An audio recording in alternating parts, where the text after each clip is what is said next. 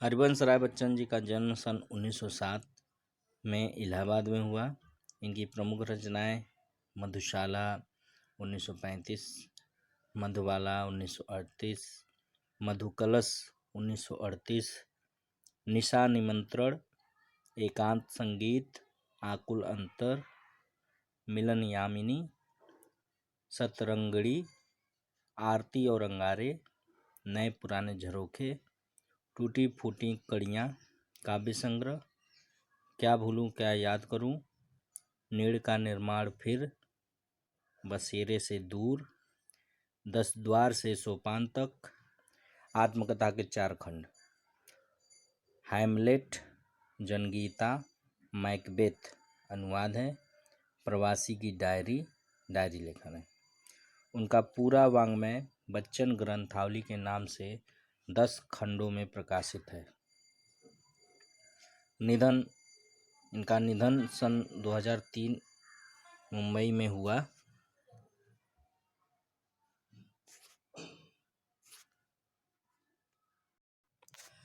श्री हरिवंश राय बच्चन जी हालावाद के प्रवर्तक माने जाते हैं।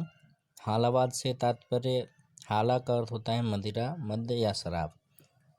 तो मदिरा पर केंद्रित इनकी कविताएं अधिक हैं, जो काफ़ी गूढ़ रहस्य लिए हुए हैं, इसलिए इनको हालावाद का प्रवर्तक माना जाता है। पूर्व चलने के बटोही बाट की पहचान कर ले। सन 1942 से 52 तक इलाहाबाद विश्वविद्यालय में प्राध्यापक, आकाशवाणी के साहित्यिक कार्यक्रमों से संबद्ध, फिर विदेश मंत्रालय में हिंदी विशेषज्ञ रहे। दोनों महायुद्धों के बीच मध्य वर्ग के विक्षुब्ध विकल मन को बच्चन ने वाणी का वरदान दिया। दोनों महायुद्धों, जो दो विश्व युद्ध हुए थे, दोनों के बीच मध्य वर्ग की जो विशेष समस्याएं थी, उनको ध्यान में रखकर इन्होंने कविताएं लिखी। उन्होंने छायावाद की लाक्षणिक वक्रता के बजाय सीधी सादी जीवंत भाषा और संवेदनसिक्त गेय शैली में अपनी बात कही। संवेदनसिक्त से तात्पर्य है कि जो संवेदना लिए हुए हो, जो दुख दर्द को समझे, महसूस करे, और उसको गेय शैली में इन्होंने लिखा है। व्यक्तिगत जीवन में घटी घटनाओं की सहज अनुभूति की ईमानदार अभिव्यक्ति बच्चन यहाँ कविता बनकर प्रकट हुई है।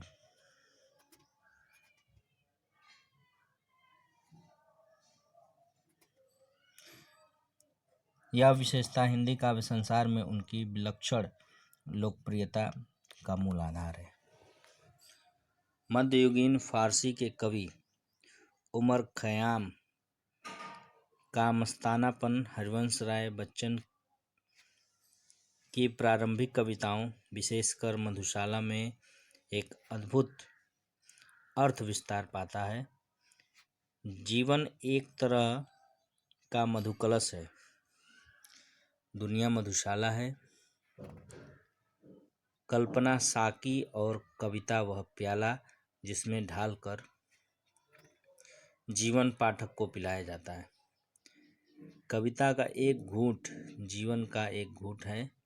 पूरी तन्मयता से जीवन का घूंट भरे, कड़वा खट्टा भी सहज भाव से स्वीकार करे तो अंततः एक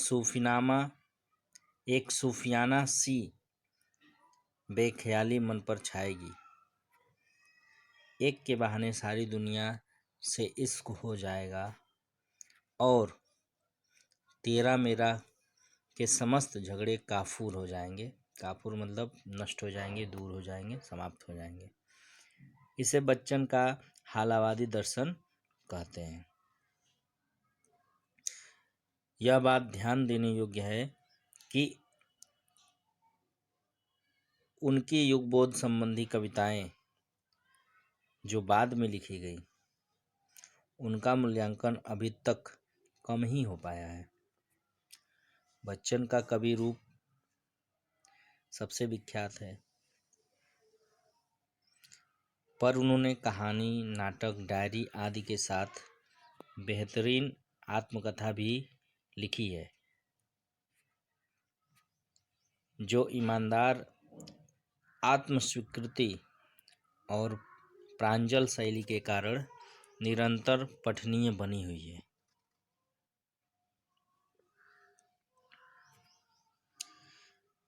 यहाँ उनकी कविता आत्मपरिचय तथा गीत संग्रह निशा निमंत्रण का एक गीत दिया जा रहा है।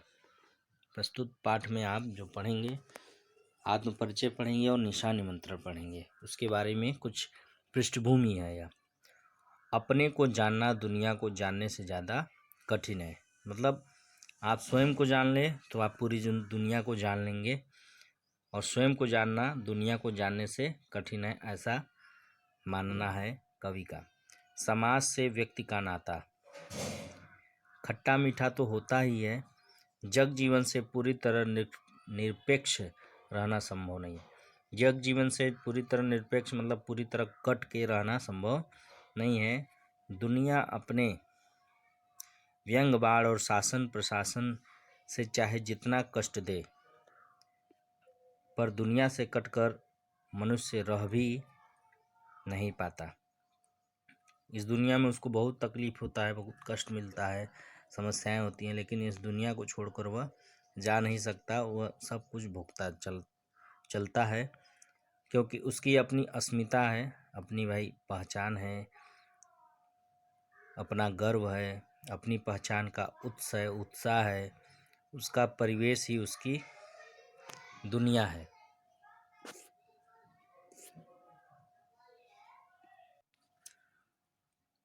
अपना परिचय देते हुए वह लगातार दुनिया से अपने द्विधात्मक और द्वंद्वात्मक संबंधों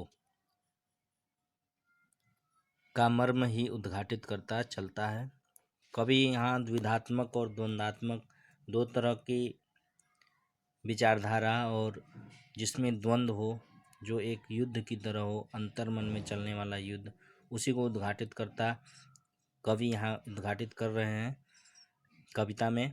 और पूरी कविता का सारांश एक पंक्ति में यह बनता है कि दुनिया से मेरा संबंध, अर्थात दुनिया से कवि का संबंध प्रीति कलह का है। प्रेम भी है, उसमें कलह भी है। मेरा जीवन विरुद्धों का सामंजस्य है। जो विरोधी भावनाएं होती हैं, विरोधी विचार होते हैं, उसका एक सामंजस्य है, मेल जोल के साथ उसको जीवन को आगे बढ़ाने का एक क्रम है। उन्मादों में अवसाद, रोदन में राग, शीतलवाड़ी में आग, विरुद्धों का विरोधाभास मूलक सामंजस्य साधते साधते ही वह बेखुदी, वह मस्ती, वह दीवानगी अभिव्यक्त में उतर आई है कि दुनिया में हूँ, दुनिया का तलबगार नहीं हूँ, बाजार से गुजरा हूँ, खरीदार नहीं हूँ, जैसा कुछ कहने का ठस्सा पैदा हुआ है। यह ठस्सा ही छायावादोत्तर गीति काव्य का प्राण है। किसी असंभव आदर्श की तलाश में सारी दुनियादारी ठुकरा कर उस भाव से दुनिया से इन्हें कोई वास्ता नहीं है।